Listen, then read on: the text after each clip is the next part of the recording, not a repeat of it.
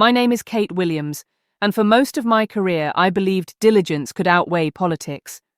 I joined Altera Dynamics straight out of graduate school because they promised purpose, machines that could move the world safely.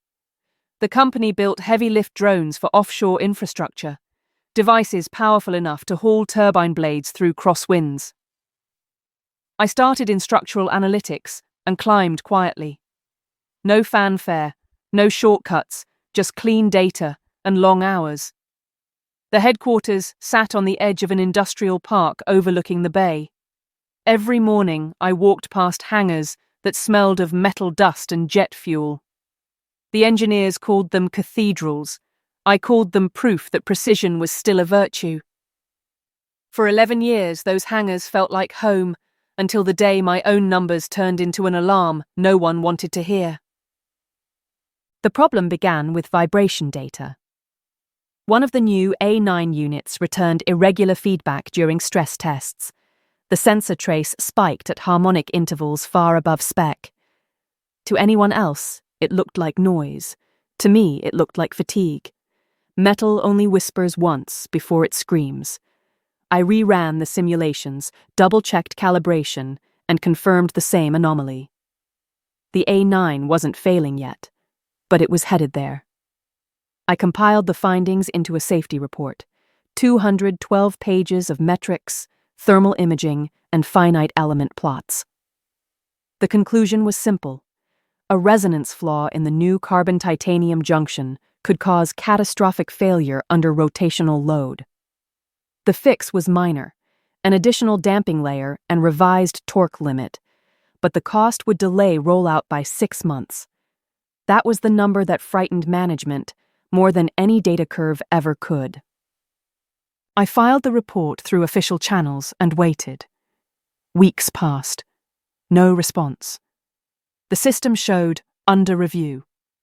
Eventually, a polite notification arrived. Issue closed. No further action required. The words looked sterile on the screen, like a verdict signed by automation. I knew then that someone had decided silence was cheaper than delay. Still, I tried to believe in procedure.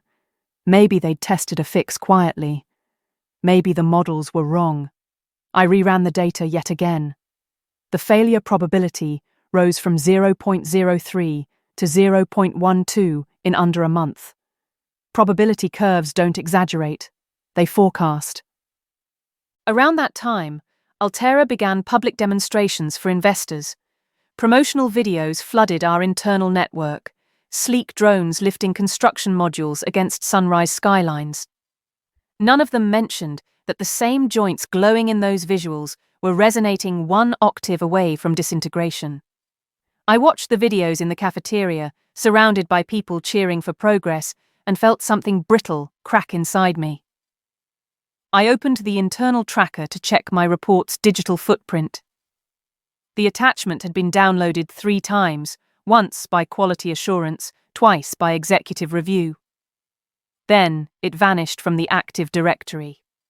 Archived, not rejected, not disproven, just hidden. I had worked too long in risk modeling to mistake omission for resolution. In corporate ecosystems, deletion is the new denial. When they remove the record, they remove the responsibility. The next month, the first prototype was deployed offshore for endurance testing. I monitored the telemetry feed from my workstation. The resonance numbers climbed under sustained load exactly as predicted. When the stress curve flattened at 97% of safe margin, someone manually reset the sensor limits. The graph normalized, on paper. I closed the dashboard and sat back. My hands were shaking, not from fear but from recognition. They weren't fixing the flaw, they were hiding the evidence. I documented everything privately, screenshots, timestamps, unedited log files. I stored them on a personal encrypted drive. Not because I wanted leverage, but because truth decays fast inside corporate air conditioning. That summer, the CEO, Thomas Greer, launched a press campaign calling the A9 a leap in autonomous safety. His speeches were full of words like resilience and trust. Each time he said "fail safe," I imagined the frequency spectrum pulsing behind him. The company's valuation doubled within a quarter. Investors loved him. Engineers like me became scenery. I submitted a second safety report, shorter, focused, impossible to misunderstand. I flagged it as urgent, operational risk. It received a tracking number, then disappeared like the first. I began to realize procedure was not a ladder, but a maze designed to keep concerns looping until fatigue replaced persistence. Sleep turned into scattered fragments between late-night model runs. I dreamed in vibration graphs. My partner told me I looked pale. I said I was fine. I wasn't. I was living inside a slow-motion collapse, only I could see. When I returned from a weekend away, I found my access rights downgraded. Half my simulation folders were locked. The security notice said confidential reclassification. The irony almost made me laugh. They were walling me out of the system I had built. I spent the next weeks auditing from memory. Years of habit had given me mental blueprints of every load path in the A9 frame. I rebuilt partial models offline to confirm what the suppressed data already showed. Fatigue propagation under harmonic resonance would reach critical threshold within 300 hours of cumulative flight time. The offshore unit had already logged 251. I imagined the next step, a support strut snapping mid-lift, a chain reaction through the rotor mount, tons of machinery falling into the ocean. The thought made my throat tighten. Numbers aren't emotional, but the consequences they predict are. I still hoped someone higher up would notice. The weekly engineering bulletin carried a brief line about routine performance anomalies under review. That was corporate code for don't ask. One night, alone in the lab, I watched the telemetry feed until the readings froze. The timestamp on the last line blinked red. The connection dropped. Then a notice appeared in the internal system. Test Unit A9, temporary communications failure. No details, no images, just silence. I waited for the incident report. None came. A week later, internal metrics quietly adjusted. Project A9 Phase 2 accelerated to commercial readiness. The prototype that had stopped transmitting data was now described as successfully concluded. That was the moment my belief in process ended. I printed my archived data, the anomalies, the suppressed reports, the overwritten logs, and built a chronological dossier. 200 pages of precision. I didn't plan to leak it. I planned to escalate it to the one layer of governance above the CEO, the board. Sending data to the board without authorization wasn't illegal, but it was career suicide. Still, the alternative was watching a predictable tragedy unfold. The longer I hesitated, the closer the system moved toward failure. I scheduled my message for midnight, attached the report, and set the distribution to all non-executive directors. I included a short preface. Nothing emotional, just lineage of facts. The email queued, uploaded, and sent. I watched the progress bar fill like a fuse burning in reverse. After that, I shut my laptop and walked outside. The night air smelled of salt and exhaust. For the first time in months, I felt clean. What I didn't know then was that the fuse had already reached the powder. The morning after I sent the report, the building felt quieter. The kind of quiet that hides motion, not absence. Emails trickled in with neutral subjects, system status, all hands, confidential notice. My badge still worked, but I could feel the air shift when I walked through the lobby. People avoided eye contact. Conversations dissolved when I passed. By noon, an internal memo circulated. Unscheduled safety review, restricted attendance. I wasn't invited. The memo listed the CEO, the Chief Operations Officer, and a compliance officer I didn't know. There was no mention of the board, but I didn't need confirmation. The board had read my report. I could sense the ripples moving downward. I spent the day pretending to work. The simulation software ran idle loops while I watched the internal network traffic spike around the executive servers. At 3:17 p.m., my access to the telemetry logs was suspended. By 4, my inbox filled with automated security alerts. One of them bore a label I'd never seen before: Information Containment Protocol. That night, I sat in my apartment staring at my phone. No calls came, no reprimand, no acknowledgement. It was the silence before a storm, and silence in corporate systems is never neutral. It's calculation. Time used to build a story that fits the agenda. The following morning, security escorted me to an interview room on the compliance floor. The walls were too white, the table too clean.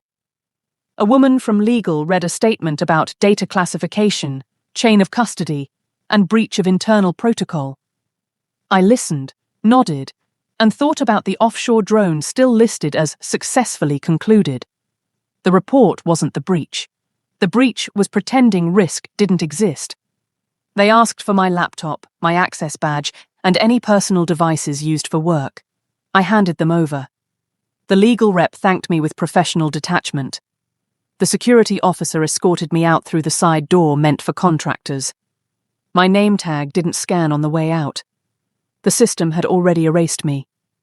For 2 weeks, I heard nothing. I filled the silence with motion, running, cleaning, recalculating the decision 1,000 times. I tried to convince myself that I'd done the right thing. Rationally, I knew I had. Morally, it still hurt to be branded as the problem instead of the person who identified it. Then came the news headline. A regional outlet published a brief report. Unmanned construction drone crashes during offshore test. The article was light on detail, no casualties, minor environmental damage. But the photo told the truth. The wreckage was unmistakable. The rotor hub had sheared clean off. I didn't need to zoom in to see the fatigue fracture I'd modelled months earlier. It was there. A split line running through composite metal like a scar. The next morning, my personal email flooded with automated non-disclosure notices from Altera's legal department. They were preemptive strikes, digital warnings dressed as reminders. I wasn't even an employee anymore, yet they wanted silence. 2 days later, the board issued a formal statement: unexpected mechanical failure under investigation. CEO Thomas Greer to lead internal review. The words sounded responsible, but they translated to self-preservation. The same man who buried the warnings was now in charge of the investigation. I didn't sleep that night. Every line of that statement was an echo of every corporate cover-up I'd read in engineering case studies. I knew the pattern: delay, redirect, isolate, deny. The truth would dissolve beneath layers of procedure unless someone with authority cut through it. 3 days into the review, I received a message from an unfamiliar address. It was encrypted, routed through a legal intermediary. The board wanted clarification, quietly, off record. They had read my data, but needed technical interpretation. They didn't trust internal reports anymore. The message was short, professional, unsigned, but it was enough. I met with 2 of their audit specialists in a neutral office downtown. They asked for no names, no small talk. They wanted structure, not narrative. I gave them structure: resonance frequencies, harmonic amplification, and fatigue propagation. Numbers don't lie when you let them speak. The specialists took notes with a precision that gave me hope. I left the building feeling lighter than I had in months. A week later, a new headline appeared. Board orders independent safety audit of Altera Dynamics. The tone had shifted. The investigation was no longer internal. For the first time, truth had authority behind it. But truth never rises without resistance. The company responded by launching a counter-narrative. Anonymous statements appeared in trade publications suggesting a former engineer had leaked unverified data for personal revenge. My name wasn't printed, but the implication was clear enough for anyone inside the company to recognize me. I became the ghost haunting their PR campaign. Online commentary split between admiration and accusation. Some called me brave, others called me reckless. None of them knew the quiet terror of watching math predict a failure that executives refused to see. They debated my motives like it was entertainment. I stopped reading. The external auditors moved fast. They requested full telemetry from all A9 test units, manufacturing documentation, and supplier specifications. Within days, they found discrepancies, missing maintenance logs, altered timestamps, overwritten safety thresholds. The paper trail was too clean to be authentic. Perfection in data is always suspicious. The auditors traced the irregularities back to the executive server. Access history showed a single user ID responsible for document reclassification, TG001, the CEO's credential. That discovery wasn't a surprise to me, it was a confirmation. The board froze all active A9 contracts and summoned an emergency session. For 48 hours, the company's stock plummeted. Investor calls leaked to the press. In public, the company blamed a software oversight. In private, the walls were closing in around Thomas Greer. Meanwhile, I lived in limbo. No job, no public voice, no certainty that the truth would survive the spin. Friends in the industry stopped replying to messages. Potential employers suddenly paused recruitment. Reputation, once damaged, spreads faster than vindication. The auditor's report landed 6 weeks after my first submission. I read it when it was leaked to the press by someone braver than me. The language was dry but devastating. Failure to act on known safety risks, deliberate suppression of critical data, misrepresentation of prototype performance. Every line pointed upward. The board suspended Thomas Greer pending investigation. The press called it a leadership transition. The industry called it the cost of innovation. I called it justice, though a quiet, imperfect kind. The world still saw the scandal. I saw the physics finally being acknowledged. The board reached out again, this time officially. They wanted me to consult during the redesign phase to rebuild the risk management framework from the ground up. The request came with apologies carefully worded through legal filters. They offered a salary that felt like both a reward and an attempt at containment. I hesitated. Returning meant working under the same roof that had erased me. But it also meant making sure the new system couldn't be buried again. I said yes. When I stepped back into the building months later, the walls felt unfamiliar. The air carried a cautious civility. People nodded, but didn't linger. The new CEO, interim for now, spoke of restoring trust. The words sounded rehearsed, but the intent seemed genuine enough. My first task was auditing the safety reporting chain. The old system had layered approvals that made accountability disappear in complexity. I stripped it bare. No hierarchy, no delay. Each submission now logged immutable metadata and auto-forwarded to the compliance database and a read-only board archive. If anyone tried to bury a warning again, the system itself would expose them. The board approved the new framework unanimously. That vote was my quiet victory. For months, I focused on rebuilding process. I avoided headlines, avoided self-congratulation.